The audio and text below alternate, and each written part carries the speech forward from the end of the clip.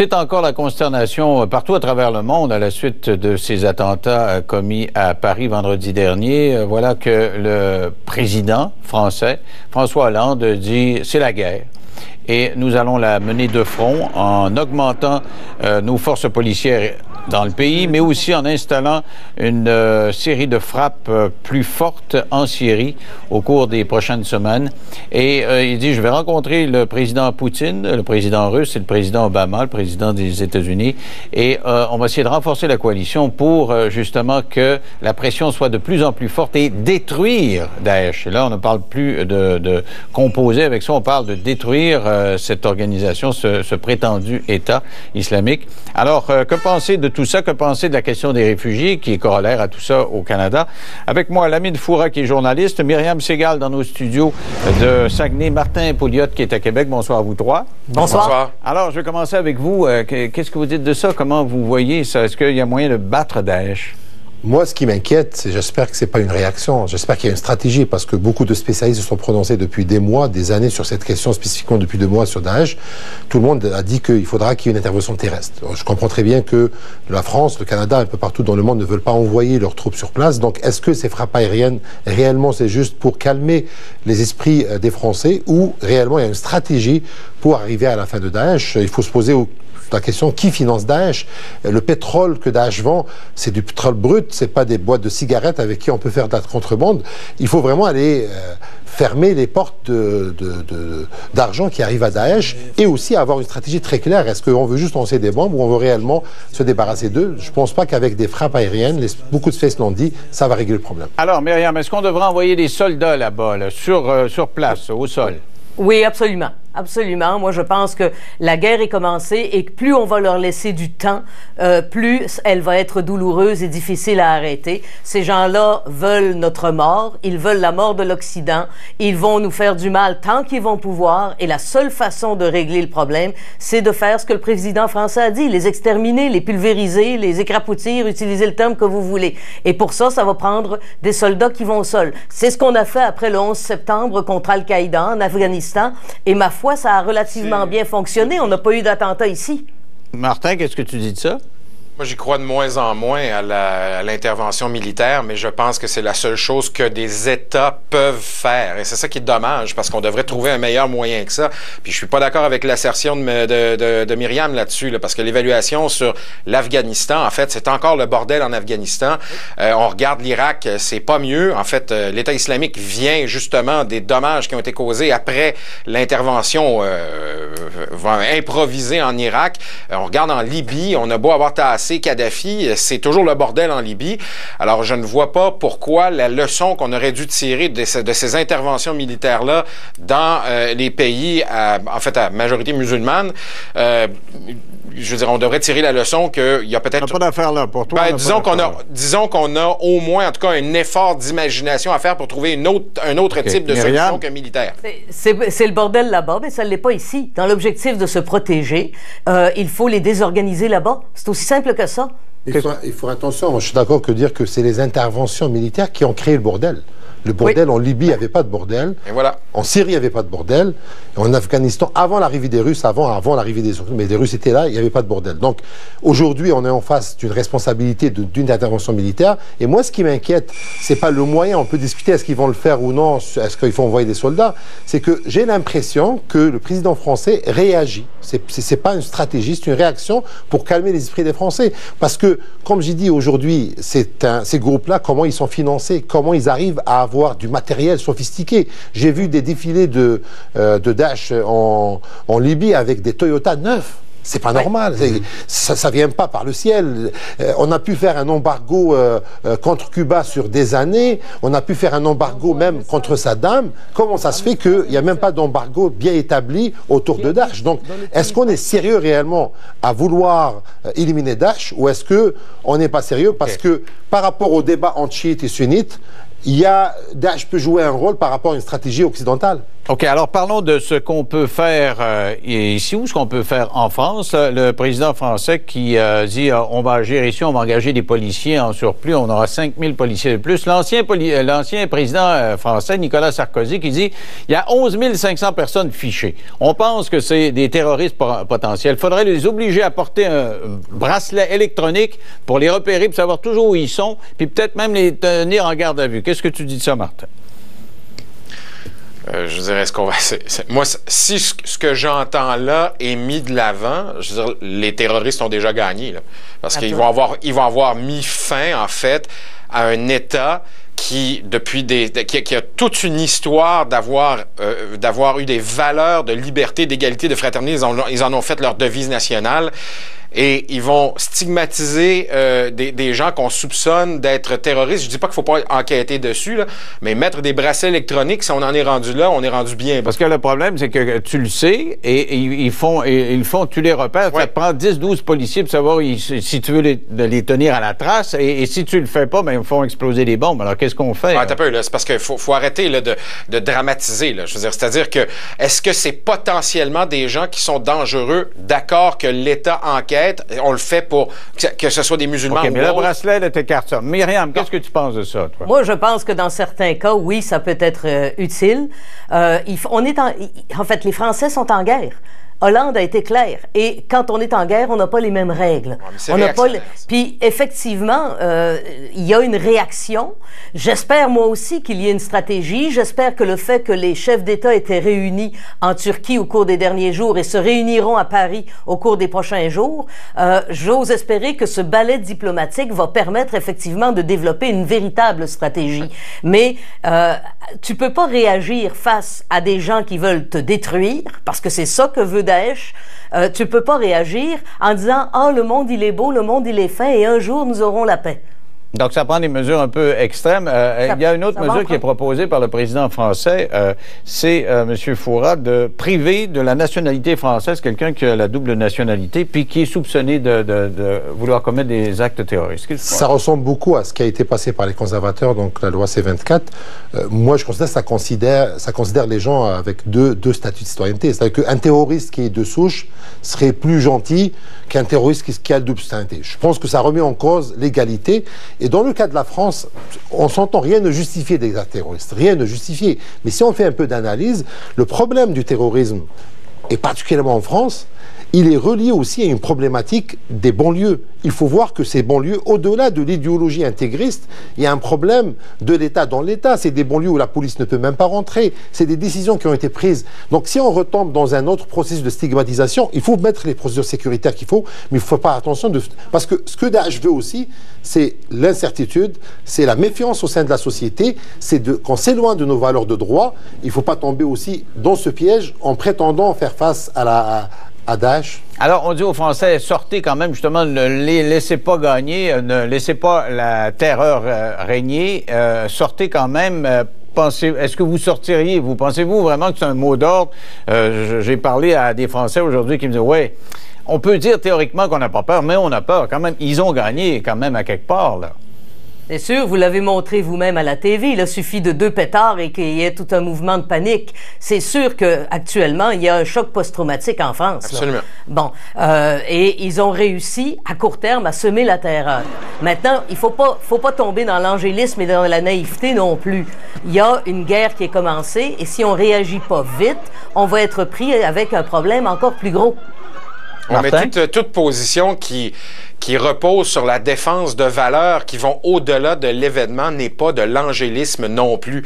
C'est-à-dire qu'il faut reconnaître la valeur des institutions et des valeurs françaises, autant que les valeurs démocratiques et occidentales, ça en a une valeur, ça, c'est inestimable. Et si on est pour prendre ça, puis les mettre à la poubelle, les jeter à la toilette, dès qu'on se met à avoir peur, ça veut dire que finalement, ces valeurs-là ont finalement mais il y a des gens qui disent c'est parce que les sociétés démocratiques sont molles qui peuvent en profiter. Entre autres, il y a des gens qui sont venus avec le flot, qui sont passés par la Grèce avec le flot de réfugiés et qui sont revenus après avoir été dans le pays en Syrie, qui sont venus poser des bombes. Ils disent si on était moins mou, on pourrait contrôler ça. Qu'est-ce que vous dites de ça? Je pense qu'il faudra être vigilant.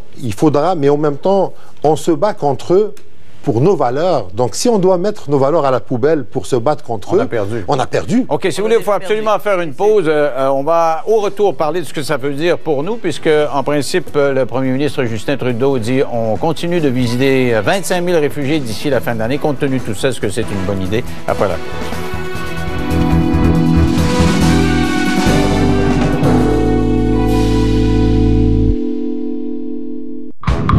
C'est l'événement On s'emballe pour Honda.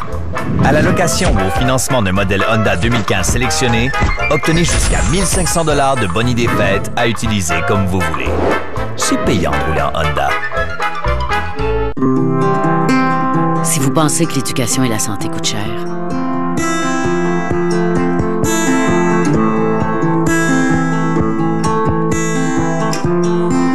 essayez la souffrance, l'ignorance.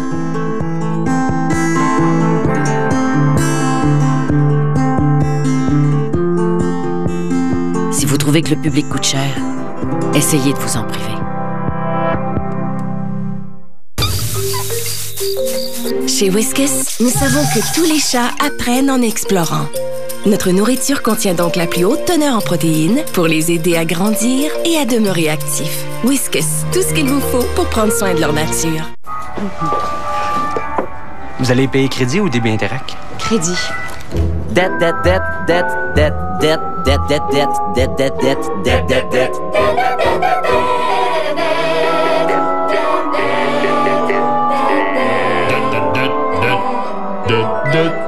Madame? Ça va être débit Interac. Merci. Merci, je le souhaite. Offrez-vous un joyeux janvier. Utilisez débit Interac plutôt que le crédit. Grâce à LPS, j'arrive à voyager sans dépendre des autres. Après seulement un cours de conversation, j'avais déjà le sentiment de mieux parler anglais. Maintenant, je crée des vrais contacts avec les gens que je rencontre partout dans le monde. Pour apprendre à bien parler l'anglais rapidement, LPS 878-2821. Une journée de magasinage fructueuse, une alimentation équilibrée et en sûr. Avec protéines, 26 vitamines et minéraux quand vous avez besoin d'un petit plus alimentaire. Vous êtes sur la bonne voie. Ce papier test réagit comme la surface de votre peau. Regardez ce que le savon lui fait. Le savon peut enlever l'hydratation de la peau. Dove est différent. Avec un quart de crème hydratante, Dove n'enlève pas l'hydratation de votre peau comme le savon peut le faire. Walt Disney World. Tout le monde connaît. Ou presque. Il y a encore plus de divertissement au Walt Disney World Resort. Vous pouvez jouer, séjourner, manger et économiser jusqu'à 500 $ US avec un forfait de 5 nuits 6 jours de la Walt Disney Travel Company pour une famille de 4, comprenant l'hébergement dans certains hôtels du Walt Disney World, les billets pour les parcs et la formule de repas. Téléphonez au 1-407-WDisney jusqu'au 26 janvier et vivez une expérience inoubliable. Pour un temps limité, pendant l'événement On s'emballe pour Honda, profitez d'offres exceptionnelles et d'un taux à partir de 0,99% jusqu'à 84 mois sur les Honda Civic 2015. Faites vite, c'est payant de rouler en Honda. Bonsoir. 3 jours après les attentats sanglants de Paris qui ont fait 129 morts, l'enquête s'est accélérée.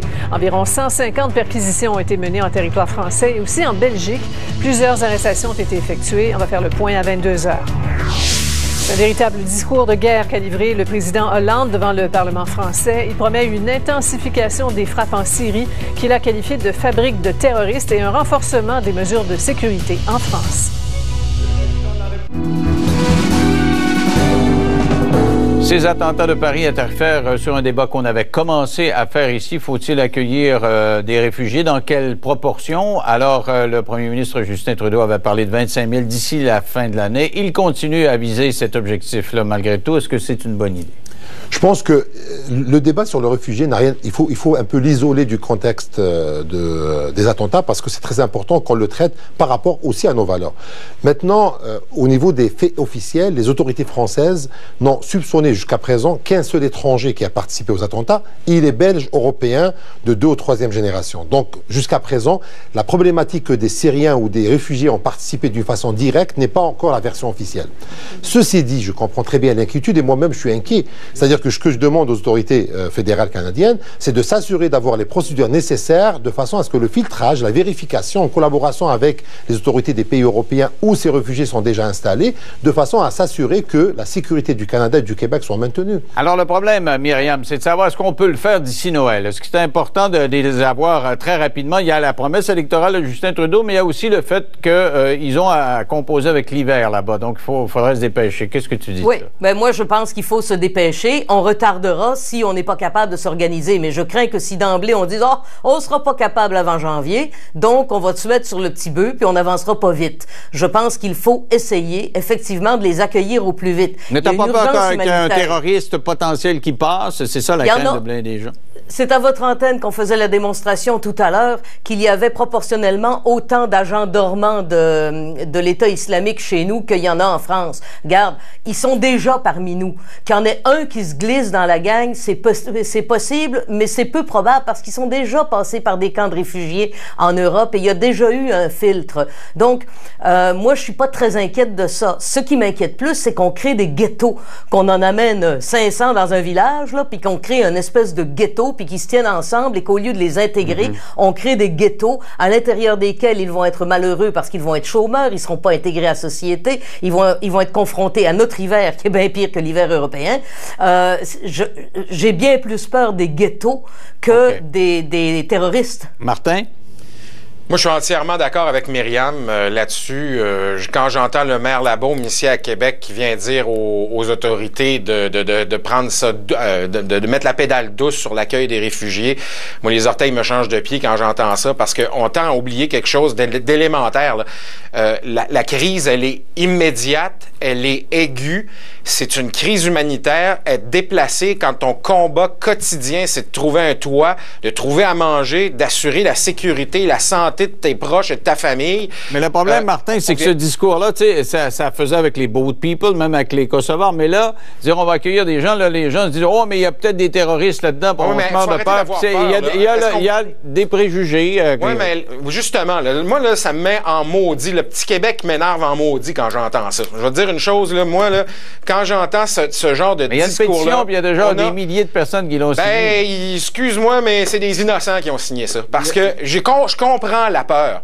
Mais à un moment donné, il ne faut pas que la peur dicte notre politique, puis la peur vienne passer par-dessus ce que l'on vaut comme société. On a une responsabilité comme société riche, comme membre de la communauté internationale, de venir en aide à des gens qui sont dans la misère. Est-ce qu'on serait moins responsable d'attendre 2 mois, là, puis de vraiment les passer un après l'autre? Ben, tu iras attendre 2 mois dans un camp de réfugiés avec une tente pas chauffée, voir si c'est responsable de te faire attendre.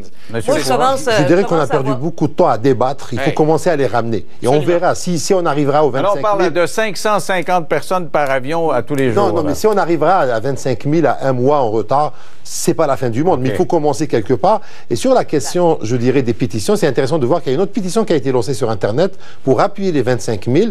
Et je pense que je l'ai vu tout à l'heure, elle a dépassé les 30 000 cet après-midi qui a commencé hier soir. Donc, c'est un débat de société qui est intéressant. Je pense que le rôle des pouvoirs publics, c'est de rassurer les craintes qui sont légitimes, mais qu'il ne faut pas les alimenter. Le problème, c'est que ce n'est pas les craintes. Moi, je comprends quelqu'un qui... C'est pas les alimenter, c'est qu'il y a eu comme des attentats vendredi et que tout le monde... Moi, je suis de ceux qui veulent accueillir. Je dis, oh, attendez une minute, là, où c'est qu'on s'en va? Il faut se fier vraiment à Justin Trudeau qui dit, je suis pressé, je vais réaliser un engagement, mais il attend un mois ou 2, on ne mourra pas. Non, mais ce risque existe avec les voyageurs, avec les immigrants qu'on reçoit chaque année. Donc, si on devait... On ferme nos frontières, alors. Oui, mais c'est comme si vous aviez une gare, puis capable d'accueillir 1000 personnes, puis on dit, on va en avoir 25 000. On dit, attends. Mais le Canada reçoit 300 000 d'immigrants par année. Oui, mais 500 dans l'avion tous les jours. Non, mais sur 300 par Myriam, tu allais dire quelque chose là-dessus? Ben, moi, je trouve qu'il est temps que quelqu'un dise à Justin Trudeau que la campagne électorale est finie et qu'il ne suffit plus de dire des choses. Il va falloir qu'il montre des choses. Alors, il y a des institutions pour ça, là. Il est temps qu'ils nous disent où ils vont arriver, comment ils vont arriver, qui va les recevoir, qui va payer, comment on va... On ne sait tellement pas que le premier ministre Couillard dit, écoutez, c'est pas 6 000, là. Nous autres, on est prêts pour 3 600 aujourd'hui. Là. Il est en train de reculer un petit peu, lui aussi, là, parce que ça va vite. À un moment donné, là, c'est bien beau à dire on va accueillir. Moi, je suis de ceux qui disent ça, mais attendez, il ne faut pas accueillir plus que le client demande. Il faut être capable de les accueillir comme il faut. Martin? Exact, mais ce qui manque actuellement, c'est un plan précis, écrit. On dirait que M. Trudeau n'est pas sorti de sa campagne électorale et qu'il est encore en train de dire des choses sans se soucier de les réaliser. Alors, Martin, ça te choque encore, là, ce que je dis là?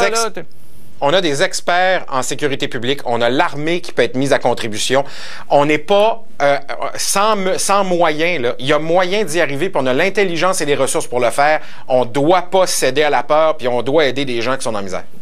D'accord. Je pense que globalement, il faut éviter le débat sur le chiffre. Il faut qu'on commence à ramener le plus qu'on peut selon nos capacités. En fait, moi, je pense que le débat, il n'est pas sur le chiffre. Il est sur la date. Oui, mais même la date, téléphoniques, oui, avoir lu, c'est de se sentir qu'on a un premier ministre qui veut réaliser un engagement, puis hey, là, il reste 45 jours. Là. Mais ce qui m'inquiète, moi, c'est qu'on n'a même pas commencé.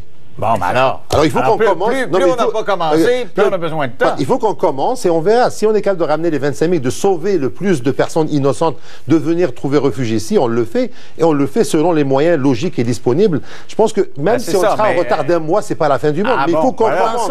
Il faut commencer tout de suite.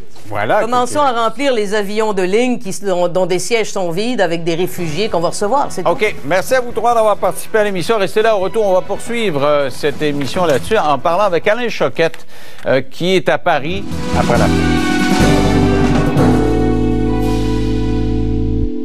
Voici pourquoi les Québécois préfèrent LCN. Sophie Thibault, Denis Lévesque, Michel